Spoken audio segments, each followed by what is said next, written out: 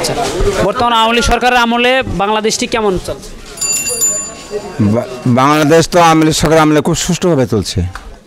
এই দেশে যেরকম উন্নয়ন হয়েছে, এর আগে অনেক সরকার করছে, কিন্তু তাতে এত উন্নয়ন কোনো সরকার করতে পারেনি আমার মতে। যদি জনগণ এই উন্নয়নের কথা মনে করে তাহলে অবশ্যই আওয়ামী লীগে ভোট দেবে। ভোট তো হচ্ছে, হবে, এতদিন ভোট হয় নাই, ভোট তো হয়েছে, ভোট হবে। বিএনপির পক্ষ থেকে বলা আছে যদি নিরপেক্ষ নির্বাচন দেওয়া হয় সেক্ষেত্রে আওয়ামী লীগের আসার সম্ভাবনা নেই। নিরপেক্ষ কাকে বলে আবার? এটা তো আমি বুঝি না কিছু।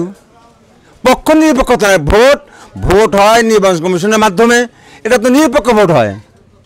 এটা পক্ষ নিরপেক্ষতা আমি বুঝি না কিছু।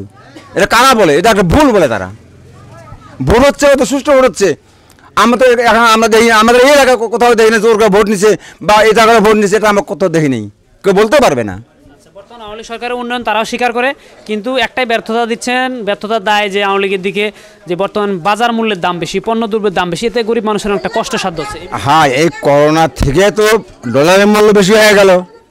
এই করোনা কাল থেকে ডলারের মূল্য বেশি হয়ে গেল। ডলার ছাড়া তো এলসি চলে না, বিদেশ থেকে আমদানি করতে পারে না। এটা স্বাভাবিক, এটা স্বাভাবিক। তারপর একটা কথা আছে, 5 বছরের জনগণ বাড়ে নাই। আমি যেমন ছিলাম, আমার আব্বার আমার 3 ছেলে, এখন আমার বাচ্চা কাচ্চা 15-16 জন হয়ে গেছে। এটা বাড়ছে না? কাছাকাছি দ্রব্যমূল্যের দাম কিছু বাড়বে, এবং ক্রয় ক্ষমতা বেড়ে গেছে মানুষের। আবার মানুষের হয়েছে, মানে আপনার সব কিছু দাম, মানে একটা মনে কান্দার জায়গায় 100 টাকা, এখন তো 500 টাকা। বিএনপির পক্ষ থেকে এটাও বলা হয় যে বাংলাদেশ দিনে দিনে শ্রীলঙ্কার মতো হয়ে যাচ্ছে, খারাপ অবস্থায় যাচ্ছে এবং দুর্নীতি বেড়ে যাচ্ছে। এই বিষয়ে আপনি? এইটা যারা বলে তারা বাংলাদেশের শত্রু, তারা বাংলাদেশে ভালোবাসে না, তারা বাংলাদেশের উন্নয়ন চায় না, তারা বাংলাদেশকে ভালোবাসে না। তারা এই সমস্ত কথা বলে, যে নিজের দেশের নিজের সংসারের কথা যারা খারাপ বলে, জানি শেষ হয়ে যাচ্ছি। তার চেষ্টা করতে হবে, যদি একটু কিছু হয় আমাদের চেষ্টা করতে, বুদ্ধি পরামর্শ দিয়ে, সরকারের পরামর্শ দিয়ে আমরা কীভাবে ভালো চলতে পারি, সরকার আমার দেশ কীভাবে ভালো চালাতে পারে। আর তারা বলছে যদি হয় এতটুক, তা মানে অনেক কিছু বলে, আজে বাজে কথা বলে মানুষকে বিভ্রান্ত করে। এটা বলা উচিত না আমার মতে। সব মিলিয়ে আপনি চাচ্ছেন তাহলে আবারও আওয়ামী লীগ? অবশ্যই। আমি তো বললাম প্রথমেই যে যাবত বাংলাদেশ স্বাধীন হওয়ার পরে, বঙ্গবন্ধুর মৃত্যুর পরে কতগুলো হয়েছে, বিএনপি কত বছর রাজত্ব করছে, এই আমাদের এই যে কাশিমবাজার প্রত্যন্ত অঞ্চল, এটা কি বাংলাদেশের একটা অংশ না? এখানে গিয়ে যে আমরা বাতি জ্বালাই, অন্য সরকার মনে করছিল কোনোদিন?